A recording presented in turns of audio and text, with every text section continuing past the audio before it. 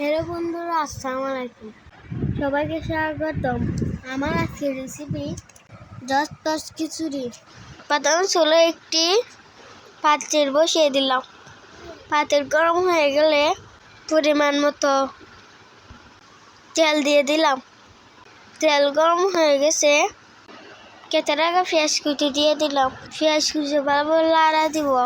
পেঁয়াজ কুচি হালকা লাল হয়ে আসছে, অল্প মিষ্টি দিয়ে দেব। এখন মিষ্টি দেওয়া হয়ে গেছে। এখন আগে থেকেই 2 এলাকা তাল ডাল আলু দিয়ে দিলাম।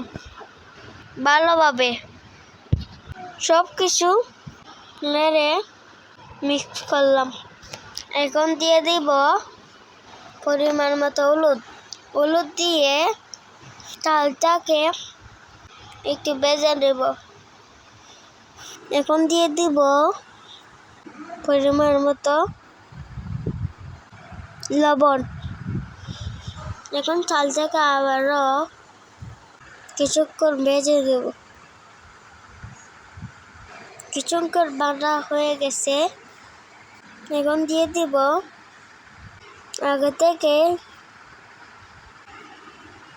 কেটে রাখা পেঁয়াজ কুচি, কয়েকটা কাঁচামরিচ দিয়ে দিলাম। এখন ভালোভাবে আবার কিছুক্ষণ চালটাকে ভাজবো। চালটা কিছুক্ষণ ভাজার পরে এখন দিয়ে দিব আগে থেকেই কেটে রাখা পরিমাণ মতো আদা কুচি। এখন চালটাকে ভালোভাবে লাড়া দিব। এখন সবগুলো মশলা দিয়ে চালটাকে ভাজার পরে পরিমাণ মতো পানি দিয়ে দেব। এখন ভালোভাবে নেড়ে দেব। এখন কিছুক্ষণ জাল করে নেব। কিছুর পানিটা শুকিয়ে গেছে।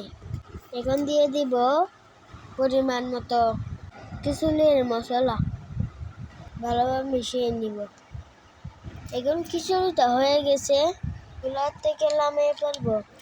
হয়ে গেল আমার ঝটপট মজাদার খিচুড়ি।